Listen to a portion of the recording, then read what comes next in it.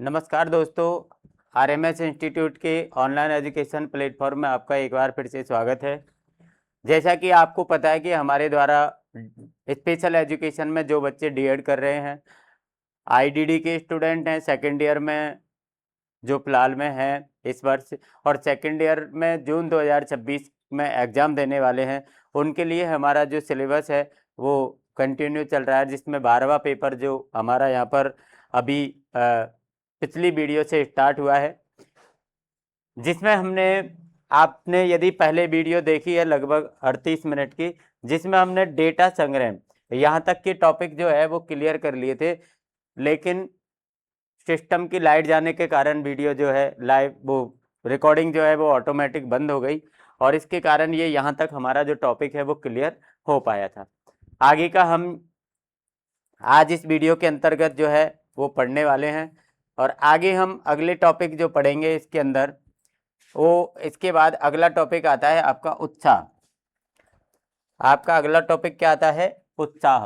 उत्साह एक बार जब लक्ष्य व्यवहार परिभाषित हो जाता है तो डेटा शीट बन जाती है, और शिक्षक को लक्ष्य कौशल को निर्देश देने के लिए उपयोग करने के लिए प्रतिक्रिया संकेत और लुप्त होती प्रणालियों की योजना बनानी चाहिए।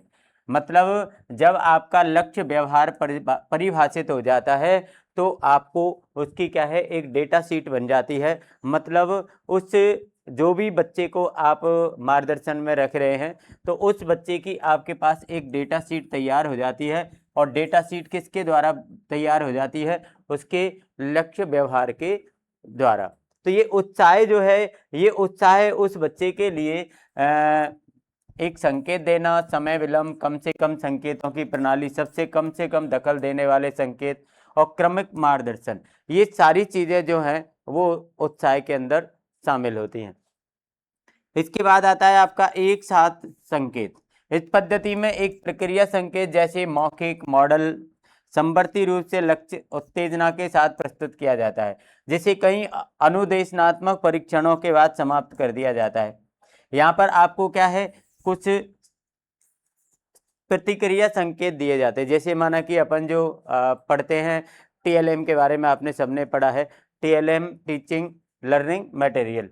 मतलब आप किसी भी बच्चे को समझाने के लिए मौखिक चीज का प्रयोग तो कर ही रहे हैं, मौखिक एक्सप्लेन कर रहे हैं, लेकिन मौखिक एक्सप्लेन के साथ साथ आपके पास में यदि कुछ मॉडल्स हैं, कुछ फ्लैक्स कार्ड हैं, या आपके पास में कोई चार्ट वगैरह है, तो उनके द्वारा भी आप बच्चे को एक संकेत नुमा क्या कर सकते हैं, उसको शिक्षण कार्य करवा सकते हैं। तो ये भी इसके अंदर जो है आता है।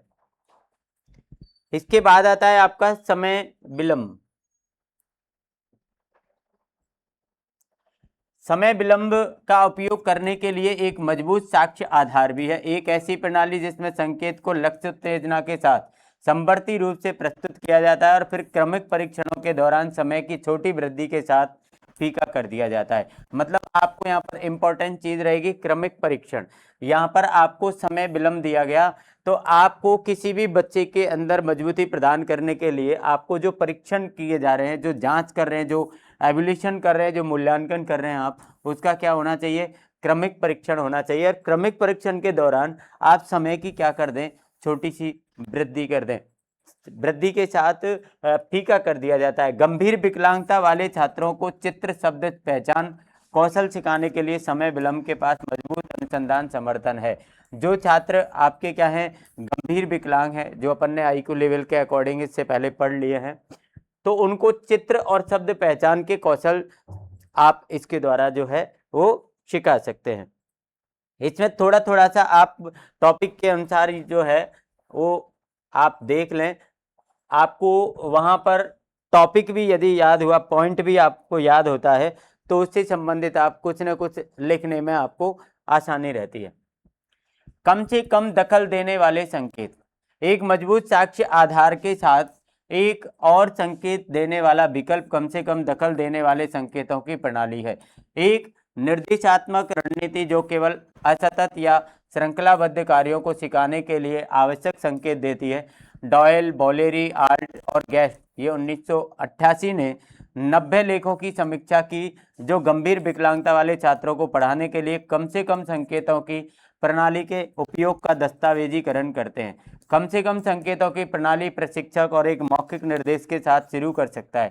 उसके बाद एक मॉडल और फिर भौतिक मार्गदर्शन, इनमें से केवल उतने ही संकेत प्रदान किए जा सकते हैं जितने छात्र को प्रतिक्रिया उत्पन्न करने के लिए चाहिए। यहाँ पर आपको कम से कम दखल देने वाले सिद्धांत, मतलब आप एक बच्चे को जो एक निर्देशात्मक रणनीति जो आपने तैयार की है वो सतत और श्रृंखलाबद्ध, सतत का मतलब रेगुलर कोई कार्य यदि किया जा रहा है और इसमें श्रृंखलाबद्ध कार्य है, मतलब एक के बाद एक कार्य कर रहे हैं आप, को सिखाने के लिए आवश्यक संकेत इसके अंदर दिए जाते हैं। कुल मिला के बच्चे को हम पहले जो चीज आपने सिखाई इसके बाद क्या सिखाना उसको चाहिए, कौन सा क्रम उसके बाद आएगा, तो एक श्रृंखला के द्वारा ये सारी चीजें वो चलती हैं। आगे इसके अंदर कम से कम दखल देने वाले संकेत, कम से कम दखल देने वाले संकेत, कभी कभी किसी कार्य की सुरक्षा या मोटर संबंधी मांगे भौतिक मार्गदर्शन जैसे अधिक दखल देने वाले संकेत के साथ शुरू करने की आवश्यकता का सुझाव देती है। मतलब सबसे पहले क्या हो, अधिक दखल देने वाले संकेतों के साथ अपन किसी टॉपिक की शुरुआत करते हैं, लेकिन सबूतों का एक मजबूत समूह खाना पकाने और सिलाई जैसे व्यावसायिक और दैनिक जीवन कौशल सिखाने के लिए अधिकतम कम से कम प्रेरणा के उपयोग का समर्थन करता है। जैसे आपको यहाँ पर एक उदाहरण दिया, मैडकप, क्राफ्ट और मैकब्लेनहैन 1993 ने ऑटिज्म से पीड़ित छात्रों के लिए कार्य संबंधी व्यवहार को बढ़ावा देने के लिए चित्र अनुसूचियों का उपयोग सिखाने के लिए इस प्रक्रिया को नियोजित किया। प्रशिक्षकों से शुरू प्रशिक्षण में भौतिक मार्गदर्शन का उपयोग किया, फिर समय के साथ भौतिक संकेत फीके पड़ गए। यहाँ पर एक ऑटिज्म पीड़ित बच्चा है, ये क्या है, दिव्यांग बच्चा है ऑटिज्म से, और इस ऑटिज्म पीड़ित जो बच्चा था उसके कार्य संबंधी व्यवहारों को बढ़ावा देने के लिए यहाँ पर उस पर क्या किया गया था, एक प्रशिक्षण किया गया था। इसके बाद आपका आता है सुदृढ़ीकरण। चाहे जो भी हो संकेत दिया जाए, अनुदेशात्मक योजना में सही प्रतिक्रियाओं को सुदृढ़ करने की योजना भी शामिल होनी चाहिए। आप जितनी भी प्रतिक्रिया बच्चे के लिए जो भी अपन ऑर्गेनाइज कर रहे हैं उसमें अपन को सुदृढ़ करने की योजना होनी चाहिए, मतलब उन योजनाओं का सुदृढ़ीकरण होना बहुत जरूरी है। यदि सुदृढ़ योजना होगी, सुदृढ़ तरीके से बच्चे को एजुकेशन दी जाएगी तो वो बच्चा भी आपके द्वारा बताई गई चीज़ों को समझ पाएगा। इसके बाद अगला पॉइंट आपका आता है सामान्यीकरण। सामान्यीकरण, सामान्यीकरण व्यवस्थित निर्देश के साथ सामान्यीकरण के लिए प्रशिक्षित करना महत्वपूर्ण है। स्टोक्स और बेयर 1977 सामान्यीकरण को बढ़ावा देने का एक तरीका उन संदर्भों में पढ़ाना है जिनमें कौशल स्वाभाविक रूप से होने की सबसे अधिक संभावना। उदाहरण के लिए सामान्य शिक्षा कक्षाएं, कैफेटेरिया और सामुदायिक सेटिंग, प्राकृतिक वातावरण में शिक्षण, सिमुलेटेड या प्रमाणिक सामुदायिक सेटिंग में हो सकते हैं। यहाँ पर अपन को सामान्यीकरण में देखना है कि व्यवस्थित निर्देश के साथ, मतलब आपने इससे पहले हमने देखा कि कुछ श्रृंखलाबद्ध या क्रम से या व्यवस्थित जो है उसको निर्देश दिए जाएं, तो उसके साथ साथ व्यवस्थित निर्देश के साथ आपको सामान्यीकरण के लिए प्रशिक्षित करना भी क्या है, जरूरी। सामान्यीकरण के लिए प्रशिक्षित करना मतलब आपको किसी भी चीज को बहुत सामान्य और जनरल तरीके से बच्चे के सामने प्रस्तुत करना है और उसको प्रशिक्षित करना चाहिए सामान्यीकरण के साथ में।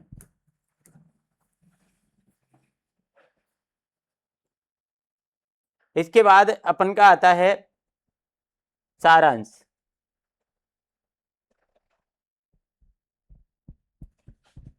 मध्यम और गंभीर विकलांगता वाले छात्रों को विविध प्रकार से असतत और श्रृंखलाबद्ध कौशल सिखाने के लिए अनुसंधान का एक बड़ा निकाय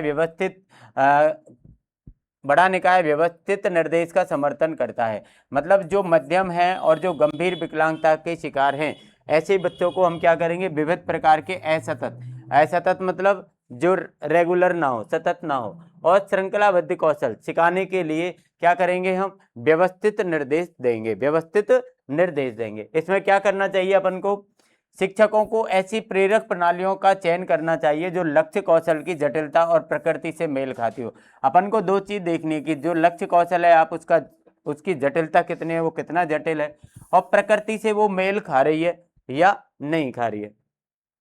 हालांकि दैनिक जीवन में सामुदायिक कौशल सिखाने के लिए प्रभावी व्यवस्थित शिक्षण का एक लंबा इतिहास है। बामबारा, कोगर और वार्थोलोमी 2011 पिछले दशक ने सबूत पेश किया कि यह अकादमिक निर्देश के लिए प्रभावी है। उदाहरण के लिए आपको यहाँ पर बताया गया है ब्राउनर एट अल 2009।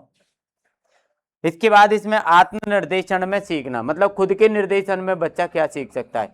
आत्मनिर्देशन, यद्यपि शिक्षक द्वारा दिया गया व्यवस्थित निर्देश अत्यधिक प्रभावी है, गंभीर विकलांगता वाले छात्रों को भी स्वनिर्देश सीखने के अवसर प्रदान किए जाने चाहिए ताकि उन्हें अधिक स्वायत्तता प्राप्त हो। मतलब हमको प्रत्येक बच्चे को कुछ निर्देश सिखाने के लिए उसको अवसर प्रदान करना चाहिए, उसको मौका देना चाहिए कि वो खुद से किसी चीज को सीखने का प्रयास करे, मतलब वो आत्म शिक्षण पर ध्यान दे। ये हमको उसको अवसर देना चाहिए, उसको मौका देना चाहिए। यदि आप उसको अवसर और मौका प्रदान नहीं कर रहे हैं तो इसका मतलब है वो बच्चा इस चीज को कैसे सीख पाएगा। इसके बाद इसके अंदर आपको आती है सचित्र स्वनिर्देश। सचित्र स्वनिर्देश मतलब निर्देश हमारे होने चाहिए, लेकिन वो कैसे होने चाहिए, सचित्र।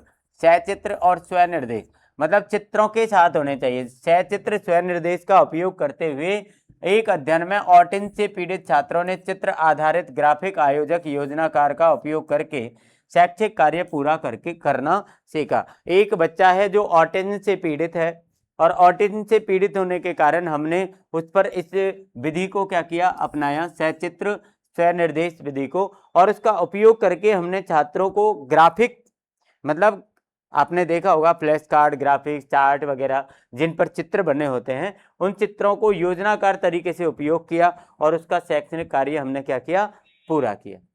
तो छात्र ने निम्नलिखित श्रेणियों के अनुसार चित्रों पर गोला बनाकर अपने काम की योजना बनाई और उसको पूरा किया। मतलब जो चित्र उसमें बने गए थे उन चित्रों के ऊपर छात्र ने अपने आप से गोला लगाया और जिस कार्य के लिए बोला गया, मतलब जिस काम को करने के लिए बोला गया, उस कार्य को उन्होंने क्या किया, पूरा किया। ठीक है ना। तो इतना सा आपको इस चीज के अंदर आना चाहिए। इसके बाद अपन का आता है निर्देश का निर्धारित शिक्षण मॉडल। निर्देश का स्व निर्धारित शिक्षण मॉडल, इसमें अपन को SDLMI छात्रों को 3 इकाइयों में स्व निर्देशित शिक्षा सिखाता है। कितनी इकाइयों में, 3 इकाइयों में। और ये कौन सी शिक्षा सिखाएगा आपको, स्व निर्देशित शिक्षा। अब इसमें क्या क्या होता है, नंबर 1 पर एक लक्ष्य निर्धारित किया जाता है। सबसे पहले तो बच्चे को एक लक्ष्य निर्धारित करना होता है इसके अंदर। इसके बाद उस लक्ष्य पर अपन को कार्यवाही करनी होती है। इसके बाद लक्ष्य पर क्या करनी होती है, कार्यवाही। इसके बाद कुल या योजना को समायोजित किया जाता है। कुल या योजना को समायोजित किया जाता है। इसके बाद छात्रों को 4 चरणों का उपयोग करके समस्याओं को हल करना सिखाया जाता है। इन 4 चरणों का हम उपयोग करेंगे और चारों चरणों का उपयोग करके बच्चे की जो समस्याएं हैं उन समस्याओं का समाधान करेंगे। कौन कौन से 4 चरण अपन को यूज करने हैं, सबसे पहले समस्या की पहचान करनी है। सबसे पहले आपको ये पता करना है कि बच्चे के सामने समस्या क्या आ रही है, संभावित समाधानों की पहचान करना। इसके बाद आपको ये डिसाइड करना है कि ये समस्या का समाधान किस प्रकार हो सकता है, मतलब संभावित उपाय आपको ढूंढना है। इसके बाद संभावित बाधाओं की पहचान करना। जो बाधाएं संभावित हैं कि जो हम उपाय करेंगे तो इसमें ये परेशानियां भी हमको आ सकती हैं, ये बाधाएं हमको आ सकती हैं, तो उन बाधाओं के बारे में भी हम पहचान करेंगे। और प्रत्येक समाधान के परिणामों की पहचान करना। जब आपके सामने समाधान आ जाएंगे तो उन समाधान के परिणामों की भी पहचान अपन को करनी होगी। एग्रान और सहकर्मियों 2006 ने गंभीर विकलांगता वाले 3 मिडिल स्कूल छात्रों की शैक्षिक प्रदर्शन पर SDLMI के प्रभावों की जांच की। यहाँ पर इसमें एक बताया गया है कि एग्रान और उसके सहकर्मी थे, उन्होंने 2006 में गंभीर विकलांग वाले जो 3 मिडिल स्कूल छात्रों की क्या की, शैक्षिक प्रदर्शन को के प्रभावों को जांच की और परिणामों ने SDLMI और शैक्षिक प्रदर्शन के बीच एक कार्यात्मक संबंध का संकेत दिया। प्रत्येक छात्र ने पहचाने गए शैक्षणिक लक्ष्यों के तत्काल और तेजी से वृद्धि की। मतलब इस चीज का उपयोग करने के बाद में बच्चे के शैक्षिक स्तर में क्या हुआ, तत्काल मतलब बहुत जल्दी जो है वो सुधार आया। जांच का निर्देश दिया। अब अपन ने इसमें क्या दिया भाई, जांच का निर्देश, जांच का निर्देश। देखिए जांच का निर्देश दिया। गंभीर विकलांगता वाले छात्रों को अकादमिक शिक्षण में शामिल करने के लिए हाल ही में निर्देशित पूछताछ का उपयोग किया गया। छात्रों को विज्ञान और सामाजिक अध्ययन विषयों के बारे में सवालों के जवाब देने के लिए एक निर्देशित पूछताछ चार्ट का उपयोग करना सिखाया गया। इसमें अपन को एक बच्चा है उसको विज्ञान और सामाजिक विज्ञान इन दोनों विषयों का अध्ययन कराने के लिए हमने योजना बनाई और इस अध्ययन में जो सवाल हमने पूछे उनका जवाब देने के लिए एक निर्देशित पूछताछ चार्ट का उपयोग किया। मतलब हमने टीएलएम के अंदर एक चार्ट बनाया और इस चार्ट के अंदर हमने क्या लिया, पूछताछ का बिंदु लिया। कि मतलब पूछताछ का मतलब हमने बच्चों से कुछ छोटे छोटे प्रश्न हमारे उस टॉपिक से संबंधित जो है वो पूछे गए। इसमें क्या हुआ कि उदाहरण के लिए KWHL चार्ट के साथ जैसा कि जिमनेज, ब्राउनर, स्पूनर और डिवाइस 2012 द्वारा उपयोग किया गया। शिक्षक ने छात्रों को यह पहचानने के लिए निर्देशित किया, क्या पहचानने के लिए निर्देशित किया, तो इसमें आपको पॉइंट दिए गए कि वे क्या जानते हैं। मतलब आपने जो टॉपिक बताया है उस टॉपिक के बारे में वो क्या जानते हैं। इसके बाद में वे क्या जानना चाहते हैं। अब आपको दूसरा प्रश्न ये है कि आप इसके अलावा क्या जानना चाहते हैं। भाई आपने किसी टॉपिक के बारे में बताया, बच्चे ने आपको बता दिया कि हम इसके बारे में ये जानते हैं। अब ये तो वो जानते हैं, तो इसके बाद में टीचर उनसे पूछेगा कि भाई अब इसके बाद आप क्या जानना चाहते हैं। इसके बाद में सीख कैसे पता लगाएं, आपको ये चीज कैसे पता लगानी है, उन्होंने क्या सीखा। इसके बाद में हमको ये डिसाइड करना पड़ेगा, ये मूल्यांकन करना पड़ेगा कि बच्चों ने हमारे द्वारा क्या सीखा। तो ये सारी चीजें जो हैं वो इसके अंदर शामिल होती हैं। इसके बाद इसका सारांश, अध्ययनों से पता चला कि गंभीर विकलांग वाले छात्रों ने कार्यात्मक, रोजगार और शैक्षणिक कार्यों को पूरा करने के लिए स्वनिर्देशित सीखने में संलग्न होने की क्षमता का प्रदर्शन किया। मतलब इससे हमको ये सारांश निकला इसका कि जो कार्य हमने किया तो इसमें हमको क्या मिली, सफलता प्राप्त हुई। इसके बाद हमारा अगला टॉपिक यहाँ पर आता है सहकर्मी शिक्षक, कि जो हमारे साथ में हमारी सहायता करने के लिए जो सहकर्मी शिक्षक हमारे साथ है तो उसकी यहाँ पर भी हमको भूमिका जो है वो देखनी है।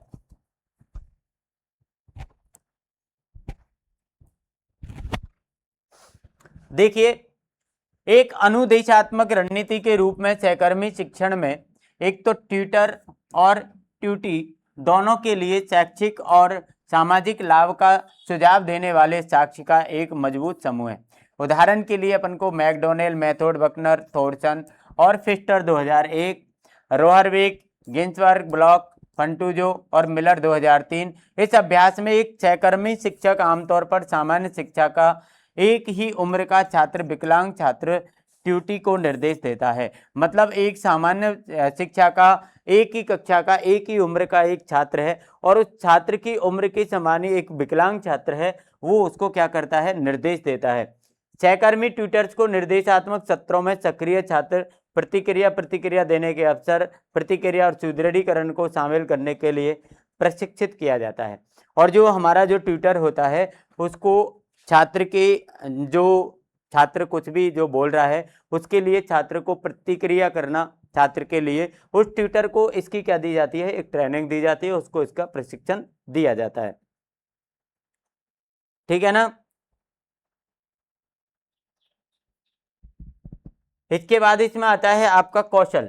कौशल आप काफी बार पढ़ चुके हैं। देखिए कोई कोई चीज यहाँ पर ज्यादा बड़ा सिलेबस आपका स्पेशल एजुकेशन के अंदर नहीं होता है, ज्यादातर चीजें आपको रिपीट करके दोबारा भी आती हैं। ज्यादातर चीजें आपको क्या होती हैं, रिपीट होती हैं और वो वापस से आती हैं। कौशल कई अध्ययन उस मजबूत साक्ष्य आधार को दर्शाते हैं जो मध्यम और गंभीर विकलांगता वाले छात्रों को कौशल सिखाने के लिए सहकर्मी शिक्षण का समर्थन करता है। ये कौशल क्या करता है? सहकर्मी शिक्षण का समर्थन करता है। सहकर्मी शिक्षक का समर्थन का मतलब आपका हो गया कि जो टीचर जो है उसके साथ में जो सहकर्मी अध्यापक है, तो उसके लिए भी क्या होना चाहिए? उस कौशल को सिखाने का क्या होना चाहिए? प्रशिक्षण होना चाहिए, उसको भी उसका शिक्षण दिया जाना चाहिए। इसमें कॉम्स लॉ के और डेल कार्डी और हॉल 1989 ने गंभीर विकलांगता वाले 2 छात्रों को धन कौशल, अभिव्यंजक भाषा, मौखिक पढ़ने और समझने के कौशल में निर्देश देने के लिए सामान्य शिक्षा 5वीं कक्षा के 2 छात्रों को बड़े पैमाने पर प्रशिक्षित किया। 5वीं कक्षा के सामान्य शिक्षा के विद्यार्थियों को इन्होंने क्या कर दिया? इन्होंने उसको बड़े पैमाने पर प्रशिक्षित किया। और ट्यूटर्स द्वारा 30 मिनट के प्रशिक्षण सत्र पूरे करने के बाद, ठीक है ना, क्या हुआ? लक्ष्य वस्तुओं की सूची की योजना बनाने में सक्षम थे। मतलब जब ट्यूटर द्वारा उसको 30 मिनट का प्रशिक्षण सत्र पूरे करने के बाद, मतलब 12 सत्र उनको दिए गए, 12 बार उनको 30-30 मिनट का प्रशिक्षण जो है वो दिया गया। इसके बाद क्या हुआ कि लक्ष्य वस्तुओं की सूची की योजना बनाने में सक्षम थे वो बच्चे। इसके बाद तय करें कि मॉडल कब प्रदान करना है, ये भी वो तय कर सकते थे। सी में संकेत, प्रतिक्रिया और परिणाम प्रदान करते हैं, ठीक है ना। ये तीनों परिवर्तन जो है उन बच्चों के अंदर आए। यहाँ पर इन्होंने एक हाई स्कूल में साथियों को निरंतर समय विलंब का उपयोग करके दृष्टि शब्द निर्देश को प्रभावी ढंग से वितरित करने के लिए प्रशिक्षित किया है। तो ये एग्जाम्पल जो है वो ज़्यादा एग्जाम्पल आपको याद हो नहीं हो, इसका कोई टेंशन वाला विषय नहीं है। आप इसको मतलब समझ लो कि कौशल क्या होता है। तो कौशल के जो भी आपको मतलब समझ में आ जाएगा तो आप आसानी से उसके बारे में जो है वो लिख पाएंगे। शैक्षिक और सामाजिक संपर्क, शिक्षा का और समाज का संपर्क। सामाजिक संपर्क और शैक्षणिक जुड़ाव को बढ़ावा देने के लिए सहकर्मी शिक्षण का उपयोग करने के लिए एक मजबूत साक्ष्य आधार भी है। मतलब यदि आपको शिक्षा के साथ समाज को भी जोड़ना है तो आपको शिक्षक जो है आपका, उस शिक्षक को आपको प्रशिक्षण देना बहुत अनिवार्य हो जाता है, ठीक है ना। यदि आपने उसको अच्छे ढंग से प्रशिक्षित कर दिया है तो वो आपको उसका क्या करेगा, उसका बेनिफिट अपन को मिल जाएगा। सारांश इसका क्या है? सारांश इसका हुआ कि ये पीयर ट्यूटरिंग के पास अनुसंधान का एक मजबूत समूह है जो विभिन्न सामग्री क्षेत्रों और सेटिंग्स में अलग और श्रृंखलाबद्ध कौशल सिखाने और सामाजिक संपर्क को बढ़ावा देने के लिए साथियों को प्रशिक्षित करने के अभ्यास का समर्थन करता है।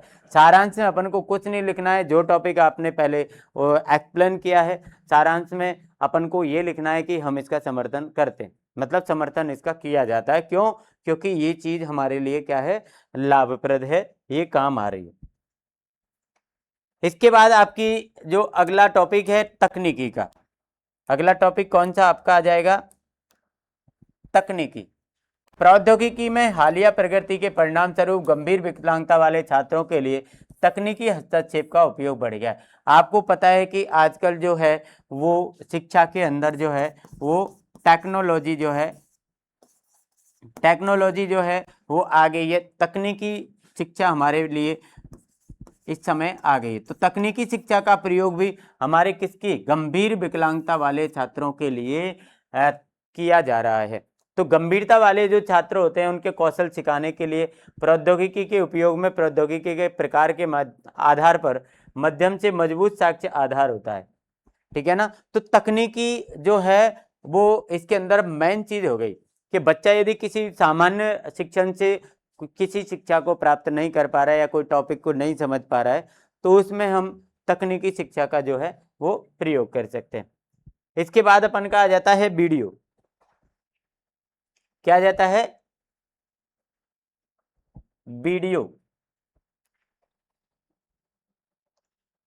वीडियो बेलिनी और एकुलियन 2007 ने ऑटिज्म स्पेक्ट्रम विकार वाले छात्रों को सामाजिक संचार के साथ साथ कार्यात्मक और व्यवहारिक कौशल सिखाने के लिए वीडियो मॉडलिंग को एक मजबूत ईवीपी के रूप में पहचाना।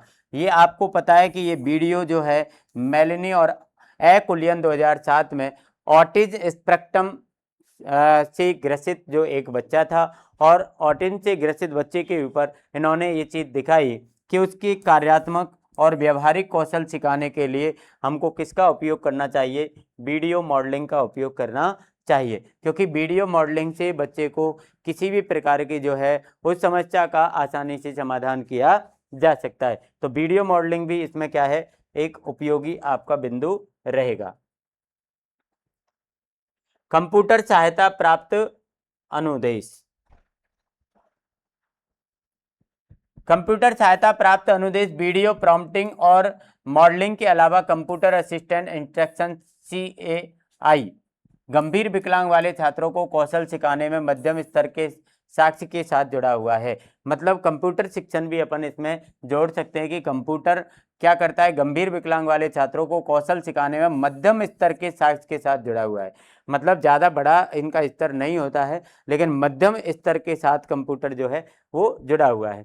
इसमें यहाँ पर अपन को कुछ एग्जाम्पल भी दिए कि यहाँ पर एक हमने CI को ऑटिज्म स्पेक्ट्रम विकार वाले छात्रों को सामाजिक और भावनात्मक कौशल सिखाने के लिए एक आशाजनक अभ्यास के रूप में पहचाना। हमने क्या किया, उनको भावनात्मक और सामाजिक कौशल सिखाना था, और इन दोनों को हमने एक आशाजनक अभ्यास के रूप में यहाँ पर पहचाना। मतलब इस चीज़ को लागू करने के लिए हमने एक ऑटिज्म वाला स्टूडेंट लिया, उस पर हमने सामाजिक और भावनात्मक कौशल सिखाने के लिए इसका हमने क्या किया, उपयोग किया। ठीक है ना। तो ये कंप्यूटर वाला शिक्षण भी हमारे इन बच्चों के लिए लाभप्रद जो है वो होता है। इसके बाद अपन को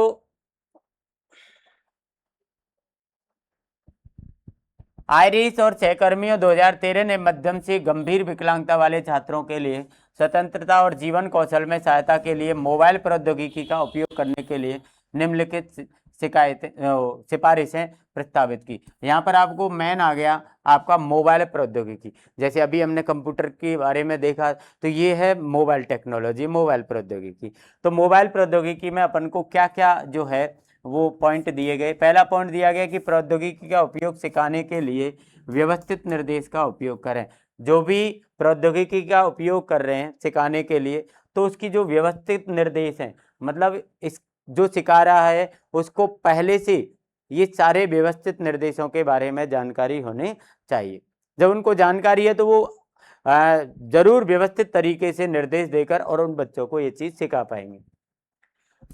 दूसरा है तकनीकी नवाचारों के साथ धारा प्रवाह और अद्यतित रहने के लिए नियमित रूप से प्रौद्योगिकी जांच और उपयोग करें। नियमित रूप से हमको उस प्रौद्योगिकी की जांच भी करनी चाहिए कि ये जो प्रौद्योगिकी हम यूज कर रहे हैं इसका भली भांति जो है वो सही तरीके से उपयोग हो रहा है या नहीं हो रहा है।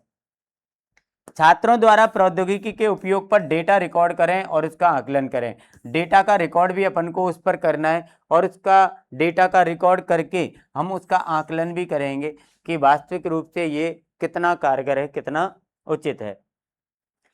गंभीर विकलांगता वाले छात्रों को कौशल सिखाने के लिए पारंपरिक प्रभावी हस्तक्षेप कैसे और क्यों काम करते हैं इसके बारे में जानकार रहें और मूल्यांकन करें कि क्या प्रौद्योगिकी का उपयोग शिक्षण कौशल में अधिक कुशल हो सकता है। आपको ये जानकारी करनी है कि जो आपने कौशल प्रशिक्षण दिया है बच्चे को, किसके द्वारा, प्रौद्योगिकी के द्वारा दिया है, तो वह कितना कारगर है। आपको उसका मूल्यांकन करना है। क्या करना है, उसका मूल्यांकन करना है कि वो उपयोग जो किया है आपने शिक्षण कौशल में वो कितना कुशल हुआ, कितना कुशल, कितना बच्चा जो है उससे अधिक सीख पाया। गंभीर विकलांगता वाले छात्रों को पढ़ाने के लिए वर्तमान तकनीक प्रगति पर पीढ़ी के लिए चल रहे हैं अवसरों का लाभ उठाएं। और जो भी अवसर आपको मिले, उस बच्चे को मिले, उसका प्रौद्योगिकी वाले जो अवसर मिले उसका लाभ उसको उठाना चाहिए। अब यहाँ पर अपन की 1.1 और 1.2 यूनिट जो है खत्म हो जाती है। 1.3 यूनिट जो है उच्च सहायता आवश्यकताओं वाले व्यक्तियों के लिए विभिन्न चरणों में सहायता और समर्थन की अवधारणा, बचपन, किशोरावस्था और वयस्कता, 3 चीज इसके अंदर अपन को पढ़नी है।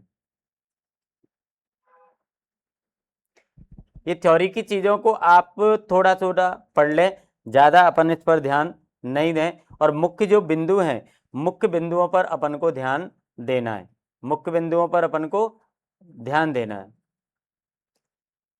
अब देखिए जैसे इसमें यहाँ पर एक बिंदु आए और इन बिंदुओं के बारे में अपन को जानकारी होनी चाहिए। यदि आपने मुख्य बिंदुओं के बारे में भी जानकारी प्राप्त कर ली तो आपको आसानी से ये चीजें जो हैं वो हल हो जाती हैं। जैसे यहाँ पर हम क्या पढ़ रहे हैं, कुछ अधिक सामान्य प्रकार की सहायता और सहायता सेवाओं में शामिल है।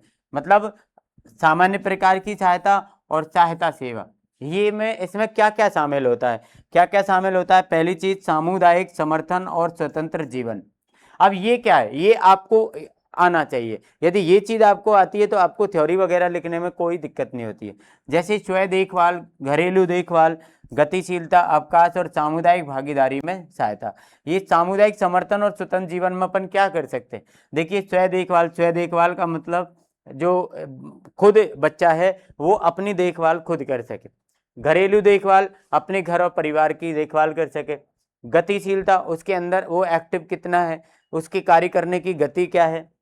अवकाश, ठीक है ना, वो कार्य करने में कितना मतलब अवकाश ले रहा है, कितने समय के लिए वो कार्य को बंद कर रहा है। सामुदायिक भागीदारी में सहायता, और वो समाज के साथ भागीदारी कितने समय के लिए कर रहा है और वहां पर वो कितनी हेल्प कर रहा है, कितनी सहायता कर रहा है। दूसरा है इसका आवासीय सहायता सेवाएं। आवासीय सहायता सेवाएं समूह, घरों और संस्थागत सेटिंग में स्वतंत्र आवास और सामूहिक जीवन। ये क्या है, आवासीय सहायता। आवासीय सहायता या तो आप समूह घरों में रह रहे हैं या संस्थागत। संस्थागत मतलब काफी संस्थाएं भी आपको पता है ऐसा है जो आवास की सुविधाएं जो हैं वो उपलब्ध करा रही हैं। इसके बाद अपन का अगला इसके अंदर टॉपिक आया राहत सेवाएं। जैसे देखभाल करने वाले और विकलांग लोगों के लिए अल्पकालिक अवकाश। राहत सेवा दे दें मतलब छोटे छोटे अवकाश उन बच्चों को दे दें, थोड़े थोड़े अवकाश उन बच्चों को अपन दे दें। यहाँ पर दिया विकलांग लोगों के लिए अल्पकालिक, अल्पकालिक मतलब कुछ समय के लिए। शिक्षा या रोजगार में सहायता, जैसे कि विकलांग बच्चे के लिए कक्षा सहायक या कार्यस्थल में व्यक्तिगत सहायता।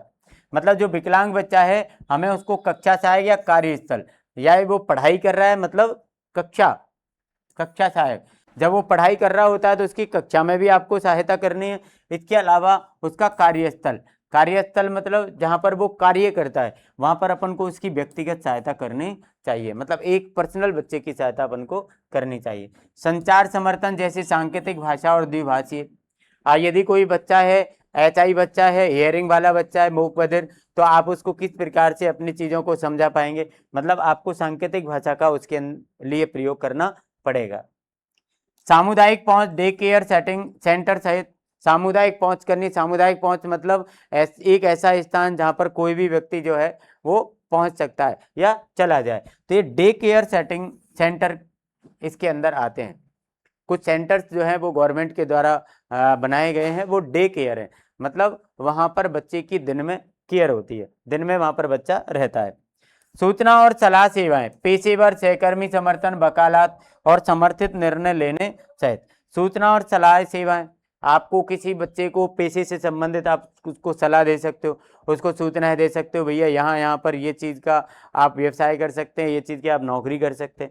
सहकर्मी समर्थन, जो हमारे साथ में इस प्रकार का बच्चा कोई सहकर्मी है, कोई हमारा कार्मिक है, तो उसकी भी हमें समर्थन करना चाहिए। वकालत मतलब उसकी हर समय हर संभव हमको उसके तर्क और वितर्कों का समर्थन करना चाहिए। और समर्थित निर्णय लेने से, और ऐसे निर्णय लेने चाहिए जो उसके समर्थन में हो। सहायता पशु, जैसे कि दृष्टिबाधित लोगों का मार्गदर्शन करने के लिए प्रशिक्षित कुत्ते। जो भी हमारे दृष्टिबाधित लोग होते हैं उनके लिए हम ऐसे पशु, जैसे उनको एक प्रशिक्षित कुत्ते का हम प्रयोग कर सकते हैं, जो कुत्ता खुद प्रशिक्षित होते हैं और वो ऐसे बच्चों की क्या करते हैं, हेल्प करते हैं। इसके बाद अपन की 1.4 1.3 में इतने ही पॉइंट हैं आपके। 1.4 में समर्थन के स्तर, सीमित, रुक रुक कर और व्यापक।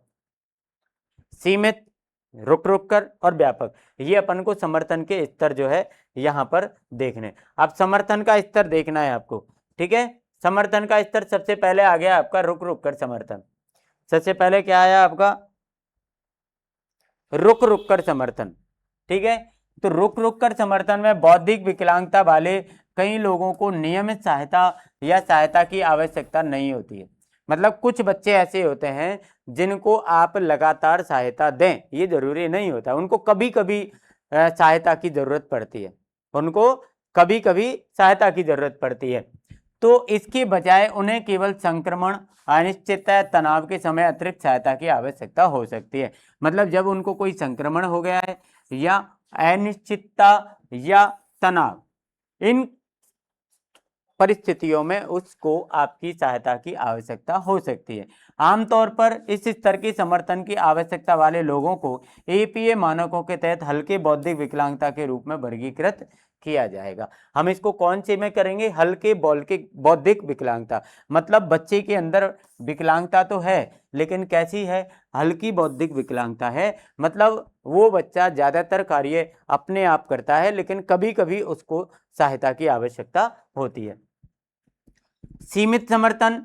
बौद्धिक विकलांगता वाले कुछ लोग अपने अनुकूली व्यवहार में सुधार करना सीख सकते हैं। अतिरिक्त प्रशिक्षण के साथ वे अपने वैचारिक कौशल, सामाजिक कौशल और व्यवहारिक कौशल बढ़ा सकते हैं। ये क्या है? सीमित समर्थन।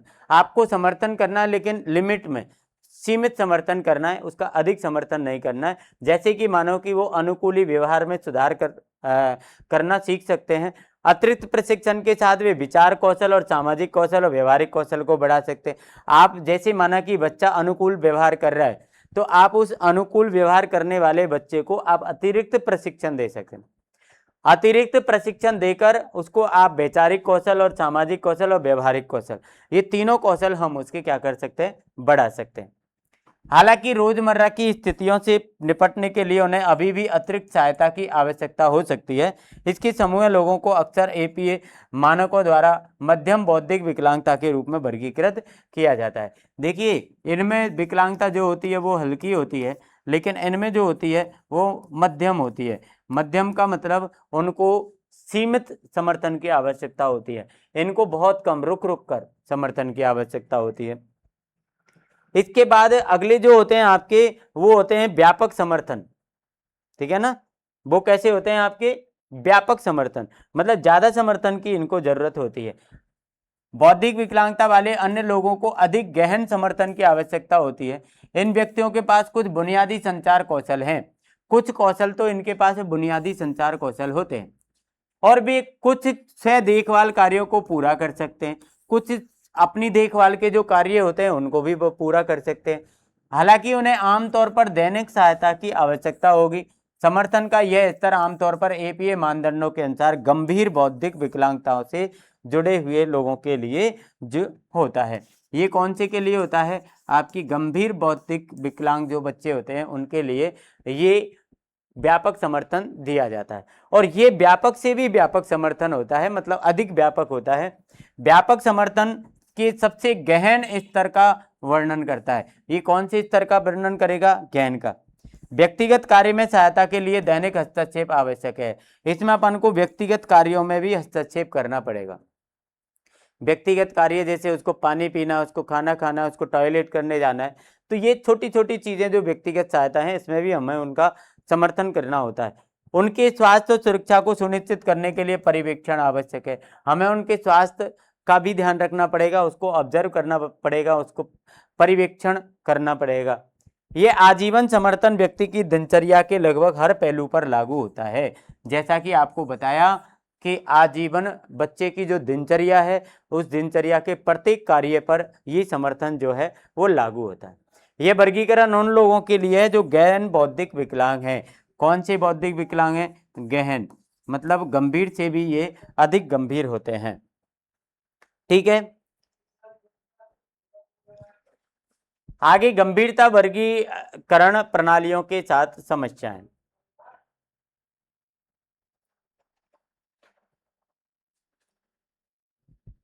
DSM-5 एपीए 2013 बौद्धिक विकलांगताओं आईडी पूर्व मानसिक मंदता की गंभीरता वर्गीकरण के लिए एक श्रेणीबद्ध दृष्टिकोण का उपयोग करता है।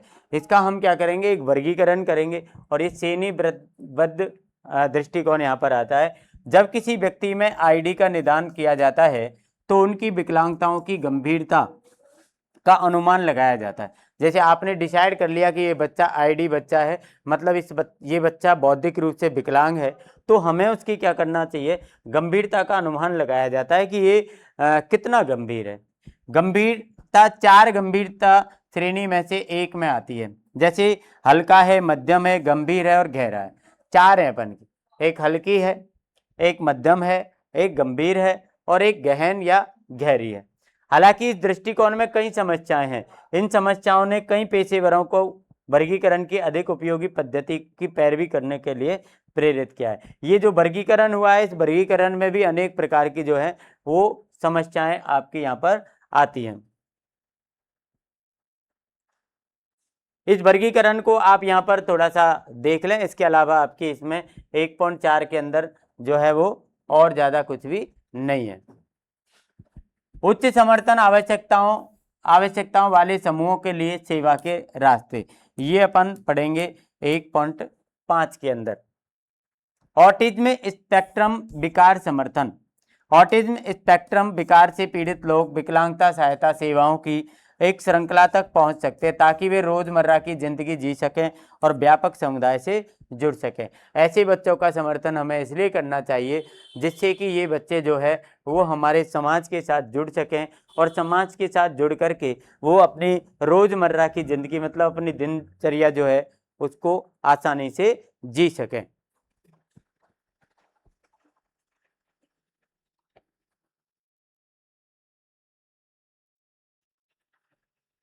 आगे है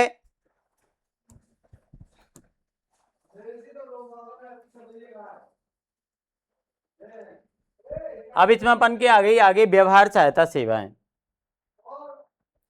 कौन सी आ गई? व्यवहार सहायता। व्यवहार सहायता सेवाएं व्यक्ति के चुनौतीपूर्ण व्यवहार के प्रभाव को कम करने के लिए विकलांग व्यक्ति और उनके सहायता नेटवर्क के साथ काम करती है। ये अपन की जो होती है व्यवहार सहायता सेवाएं व्यक्ति के चुनौतीपूर्ण व्यवहार के प्रभाव को क्या करती है? कम करने के लिए प्रयुक्त होती है। बाल विकास सेवाएं। बाल विकास सेवाएं उन पूर्व स्कूली बच्चों के लिए शीघ्र हस्तक्षेप प्रदान करती है जो विकलांग है या विकासात्मक मील के पत्थर हासिल नहीं कर पा रहे हैं। ये क्या करते हैं? शीघ्र हस्तक्षेप प्रदान करती है जो बच्चे विकलांग हैं उनके लिए।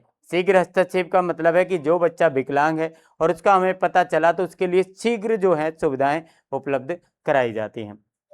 सामुदायिक दिवस सेवाएं। सामुदायिक दिवस सेवाएं उन विकलांग वयस्कों की मदद करती है जिन्हें अपने समुदाय में भाग लेने के लिए काम नहीं मिल पाता है और नियमित सार्थक सामाजिक संपर्क और उत्तेजक गतिविधियों तक पहुंच प्रदान करके अपने व्यक्तिगत कौशल में सुधार करते हैं। सामुदायिक दिवस सेवाएं करने से जो सामूहिक रूप से जो विकलांग वयस्क जो होते हैं उनकी मदद की जाती है, जिसमें अपने समुदाय में भाग लेने के लिए जिनको काम नहीं मिल पाता है और वो नियमित रूप से सार्थक सामाजिक संपर्क नहीं कर पा रहे हैं, तो ऐसे बच्चों की जो है यहाँ पर क्या की जाती है? सहायता की जाती है।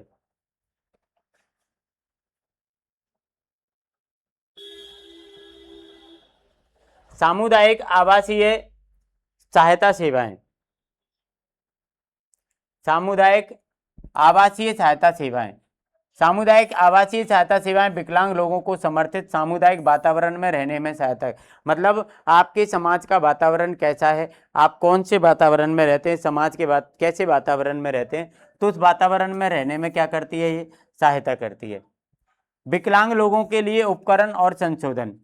यदि आप विकलांग हैं तो मंत्रालय विभिन्न प्रकार की सहायता प्रदान कर सकता है। इसमें आपकी रोजमर्रा की गतिविधियों में मदद के लिए आपके घर या वाहन में उपकरण और संशोधन शामिल हैं।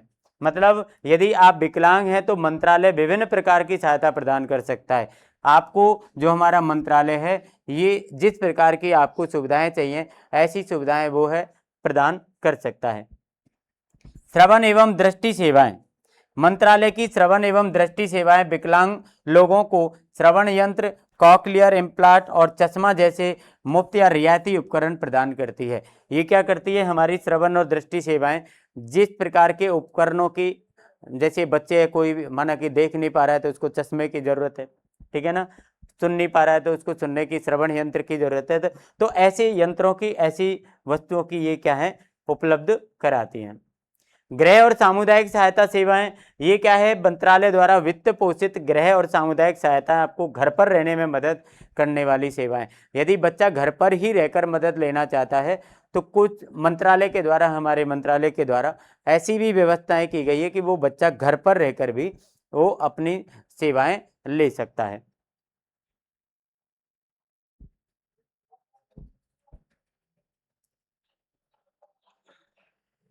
इसके बाद इसके अंदर आया व्यक्तिगत फंडिंग, स्वास्थ्य मंत्रालय द्वारा वित्त पोषित।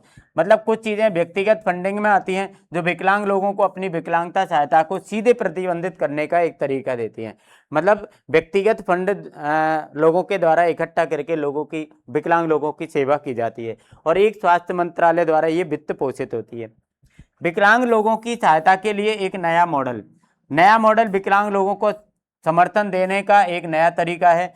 यह उन्हें उनके रोजमर्रा के जीवन में समर्थन और फंडिंग पर अधिक विकल्प और नियंत्रण देता है। ये अपन को क्या करता है, जीवन में समर्थन और फंडिंग पर अधिक दे, फंडिंग मतलब ज्यादा से ज्यादा पैसा यहाँ पर इकट्ठा हो। इसमें अगला टॉपिक जो अपन का आता है मोहलत।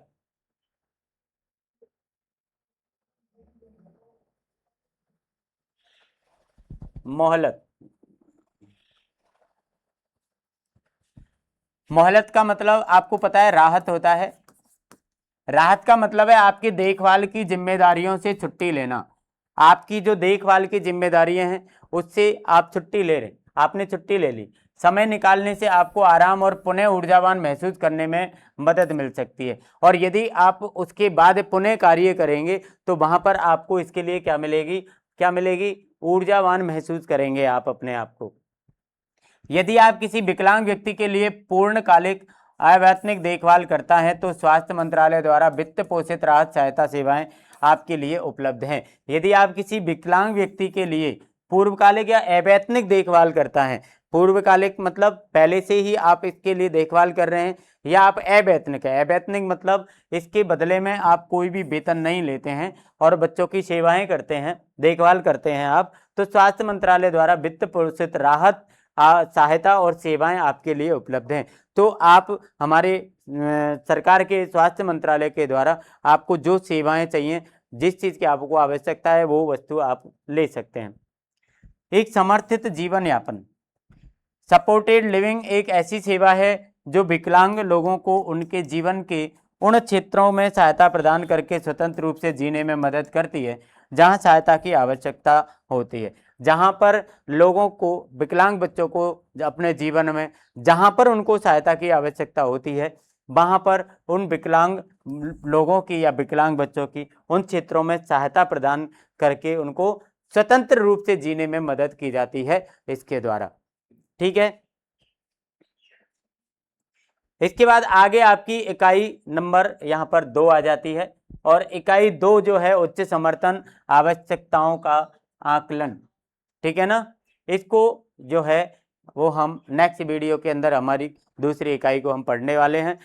एक इकाई यहाँ पर आपकी यूनिट नंबर 1 जो है वो खत्म हो चुकी है 12वें पेपर की। इसको आप बिल्कुल तैयार कर लें। जो पॉइंट टू पॉइंट आपको जो क्वेश्चन बताए गए हैं, पॉइंट टू पॉइंट उनको आप याद कर लें, वो आपकी परीक्षा के लिए काफ़ी है।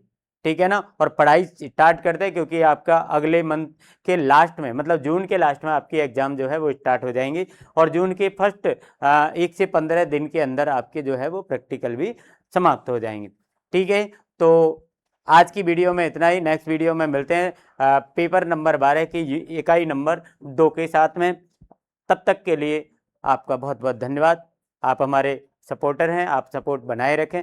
और हमारा एक चैनल जो आपको पता है शिक्षा सोपान के नाम से है,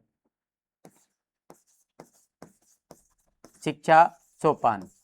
यहाँ पर आपकी जो है कंपटीशन की जो समस्याएं हैं, कंपटीशन की जो क्लासेज हैं वो यहाँ पर चल रही हैं, तो आप इसको सब्सक्राइब कर लें, लाइक और कमेंट करें इसको, और हमारी लाइव क्लासेज को भी आप ज्वाइन करें। आज भी हमारी जो लाइव क्लास है, आज मतलब आपकी तारीख है 10 मई 2026।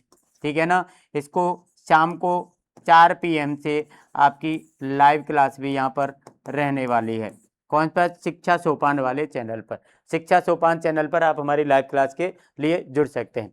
ठीक है ना, आपके लिए बहुत बहुत धन्यवाद और best of luck for your bright future. Thank you.